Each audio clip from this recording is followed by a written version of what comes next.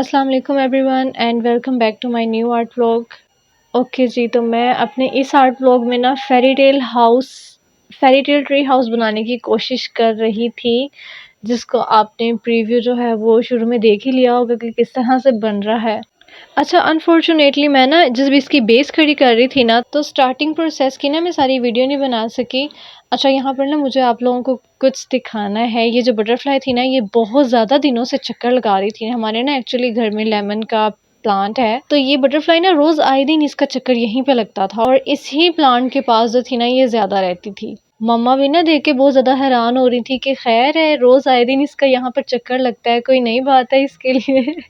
अच्छा, ख़ैर ये जो बटरफ्लाई वाली बात है ना, ये मैं बाद में बताऊँगी आप सबको प्रूफ़ के साथ कि एक्चुअली हुआ क्या था। तो मैं आपको बता रही थी कि मैंने ट्री बनाया कैसे था, तो मैं पहले वो आपको बताती हूँ। अच्छा, पहले ना मैंने इसकी बेस खड़ी की और वो भी ना बिल्कुल फ्री हैंड इर्रेगुलर सी बेस खड़ी की थी। फिर मैंने सारी स्ट्रिप्स वो जो मैंने बेस खड़ी की थी उसके ऊपर पेस्ट कर दी।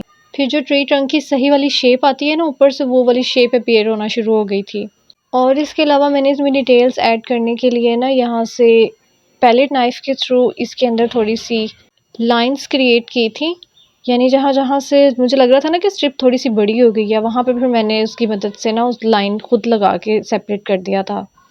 उसके बाद फिर मैंने वुडन लॉग के ऊपर छोटे-छोटे से पेबल्स जो थे वो एयर ड्राई क्ले के खुद ही बना के उसके ऊपर पेस्ट किए आगे। जो डोर वाला एरिया था ना उसके आगे, क्योंकि मुझे एक प्रॉपर पाथ बनाना था।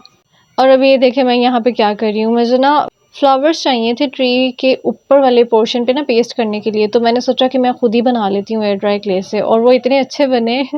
पहले ना मैं बहुत परेशान थी कि आर्टिफिशियल लगाऊं या फिर खुद बना के लगाऊं, और दूसरी तरफ मैं ये सोच रही थी कि क्यों ना इसके ऊपर डायरेक्ट जो है ना वो मैं जेम स्टिकर्स ही पेस्ट कर दूं। लेकिन वो जब मैंने उसके पेटल्स बना के उनको आपस में ज्वाइन किया ना, तो बहुत ही प्यारे लग रहे थे, मतलब क्लियर शेप आ गई थी फ्लावर्स की। फिर मैंने उसके अंदर जो था ना वो लगाए थे जेम स्टिकर्स, और ये देखें इस तरह से सारे फ्लावर्स बने थे।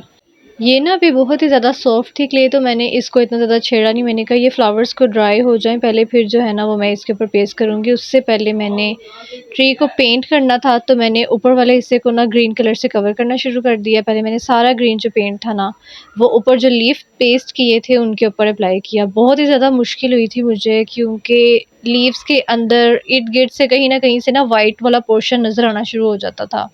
तो मैंने काफ़ी टाइम लगा के ना उसको अच्छी तरह से कवर किया। फिर मैंने नीचे ट्री ट्रंक पे लाइट ब्राउन पेंट किया। उसके बाद फिर मैंने जो है इसके जो डोर था उसके ऊपर मैंने डार्क ब्राउन किया।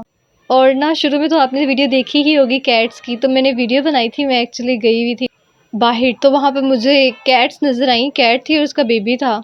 तो मैंने इंस्पायर होके ना घर में आके खुद भी ट्राई किया। मेरा दिल कर रहा था कि मैं कैट फेसेस बनाऊँ और उनको कैनवस के ऊपर पेस्ट करूँ। तो जो ट्री हाउस वाला वर्क था ना उसको मैंने कहा कि ये जितना भी कंप्लीट हुआ है इसको मैं ड्राई कर लूँ, उतनी देर में जो हो ना वो ये कैट्स वगैरह प्रिपेयर कर लेती हूँ। और ये यहाँ पे मैंने इनके फेसेस बना लिए थे। अब मैं इनका थोड़ा सा ड्राई होने का वेट करूँगी, फिर जब ये ड्राई हो जाएंगी ना तो फिर मैं दिखाती हूँ। इस तरह से मैंने जो है ना वो कैनवस पे लीव्स को पेंट करके उसके ऊपर मैंने कैट्स के फेसेस पेस्ट किए थे, और उसके ऊपर ग्लिटर लगा के मैंने बहुत शाइनी सा बना दिया था कैनवस। और हाँ, मुझे याद आया, मैंने जो स्टोरी कंप्लीट करनी थी ना बटरफ्लाई वाली, वो मैं बताती हूँ, अब कंप्लीट करती हूँ सारा कि असल में हुआ क्या था। बटरफ्लाई एक्चुअली यहाँ से होके गई थी ना, उसके 2-3 दिन बाद ही मैंने देखा था कि बटरफ्लाई का लार्वा लेमन प्लांट के लीफ के ऊपर जो था ना वो बैठा हुआ था। मामा जो है ना वो इन प्लांट्स की बहुत ही ज़्यादा केयर करती हैं, तो उन्होंने इस चीज़ को बहुत नोट किया ना कि लेमन प्लांट के लीव्स थे ना बहुत इरेगुलर सी शेप थी ना, यानी आगे से तो खाए हुए थे, तो मम्मा को थोड़ा सा शक हुआ कि ज़रूर कुछ है इस पे। उसके बाद फिर उन्होंने जब गौर किया ना तो बटरफ्लाई का लार्वा था, फिर उन्होंने मुझे बताया और फिर मैंने जल्दी जल्दी से इसकी वीडियो बनाई। मैंने कहा मैं इसको ज़रूर कैप्चर करना चाहिए ना।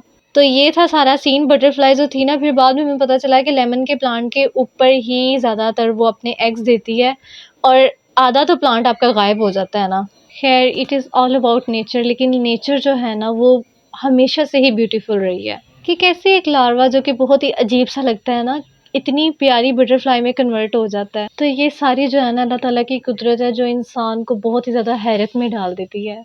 और ये बात तो कुरान पाक में भी है ना कि तुम अल्लाह ताला की कौन कौन सी नेमत को जुटलाओगे, तो सही बात है कि जहाँ पे बेस्ट क्रिएटर की बात आती है ना, तो अल्लाह ताला ने हर चीज़ में इतनी ज़्यादा परफेक्शन रखी हुई है ना कि हम अगर सोचने भी बैठ जाएँ तो हमारी समझ में नहीं आएगा। Allah is the best creator and planner. हम जितनी मर्ज़ी प्लानिंग कर लें, लेकिन हमारे प्लान से ज़्यादा अच्छा प्लान वही होगा जो अल्लाह ताला की रज़ामंदी है। और यहाँ पर जी मैंने अपने सारे जो फ्लावर थे वो अच्छी तरह से ना आगे पीछे से देखे कहीं की स्पेस रह तो नहीं गई, सारा उसको कवर कर दिया था ऊपर वाले ट्री को, और वो पहले से ज़्यादा प्यारा लग रहा था। अच्छा, एक और चीज़ है जो मैंने आप सबको दिखानी है।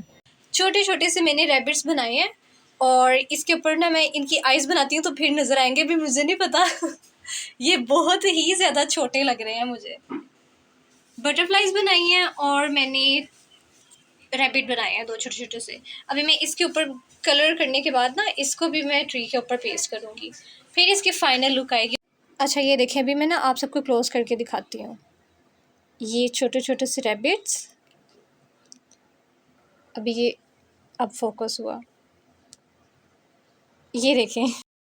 मैंने थोड़ी सी डिटेल ऐड की है इसके फेस के लिए, और ये ईयर्स हैं, और इस तरह से मैंने इसको यहाँ पर हाउस के पास यहाँ पे बिठाऊंगी ऐसे। पहले मैं सोच रही हूँ, मुझे समझ नहीं आ रही, एक को यहाँ रख देती हूँ और एक को यहाँ पे। फिर मैंने कहा कि दोनों जो हैं वो ज़्यादा दूर दूर हो जाएंगे, और फिर मैंने सोचा कि इनको एक ही साइड पे रखूँ ताकि एक साइड से ना सीन नज़र आए। तो वो ग्रास है ना वो छुप रही है उसके पीछे से, अगर रैबिट्स को मैं आगे रख दूँगी तो। ये सारा हैंड वर्क है मेरा, और इतना ज़्यादा टाइम लगा इसके ऊपर। इसको पहले शेप देना, फिर 1 बाय 1 पेस्ट करना इसके ऊपर, और इसको ड्राई होने के बाद फिर पेंट करना। बहुत ही ज़्यादा मेहनत का काम है, बहुत ज़्यादा। अच्छा, इसको मैं पेंट करूँगी, और इसको पेंट करने के बाद फिर मैं एक को यहाँ पर बिठा दूँगी और एक यहाँ पर आ जाएगी ऐसे करके। तो चलें करते हैं अभी कुछ इसका।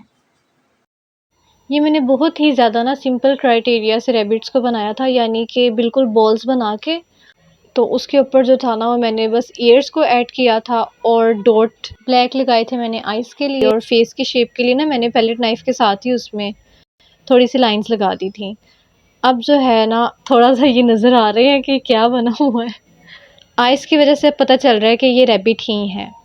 उसके बाद फिर मैंने छोटी सी जो बटरफ्लाइज थी उनको मैंने डिसाइड किया कि पिंक कलर कर लेती हूँ, क्योंकि बाकी ऑरेंज कलर पहले मैं सोच रही थी करूँ, तो खैर काफ़ी ज़्यादा सोचने के बाद मैंने उनको पिंक ही कलर कर दिया, और फिर मैंने इन सबको पेस्ट कर दिया। और फिर जो थी ना ट्री हाउस की सारी वर्किंग और सारी लुक कंप्लीट हो गई थी। ये ऊपर से था सारा, और ये रहा इसका सारा व्यू। अभी मैं आगे सारा टर्न करके दिखाती हूँ।